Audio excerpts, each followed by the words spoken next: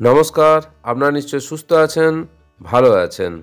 গতকাল commissioner of school education West বেঙ্গলের পক্ষ থেকে district inspector of school secondary education all district, district inspector of school primary education all ডিস্ট্রিক্টের প্রতি একটা নোটিশ বার করেছেন, যার সাবজেক্ট হচ্ছে orientation for implementation of holistic progress report card in respect of students. অর্থাৎ ছাত্রছাত্রীদের জন্য যে হোলিস্টিক প্রোগ্রেস রিপোর্ট কার্ড চালু হবে সামনের শিক্ষাবর্ষ থেকে, তার ওরিয়েন্টেশন একটা প্রোগ্রামের ব্যাপারে। It is informed that a one-day online orientation program will be held for implementation of holistic progress report card for the student from class 1 to 8 from the academic year 2025।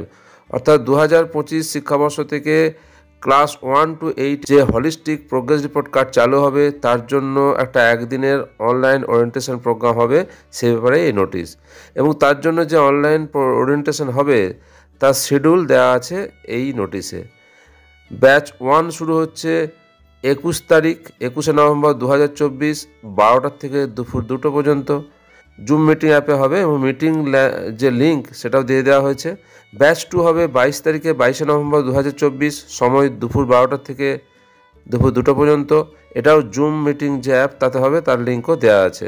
এই নোটিশে কোন ডেটে কোন জেলাগুলো ওরিয়েন্টেশন প্রোগ্রামে অংশ নেবে তাও উল্লেখ করা আছে। অর্থাৎ ডিআই স্তরে ওরিয়েন্টেশন প্রোগ্রাম হবে ওয়ান ডে, এবং তারপর নিশ্চয়ই ডিআই থেকে স্কুল লেভেলেও অনলাইন ওরিয়েন্টেশন প্রোগ্রাম হবে এই হোলিস্টিক প্রোগ্রেস রিপোর্ট কার্ডকে চালু করার জন্য।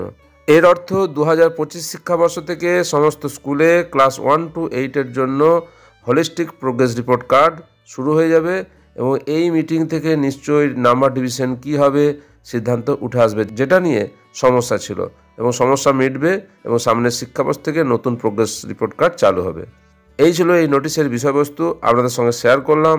আপনারা সকলে সুস্থ থাকুন, ভালো থাকুন।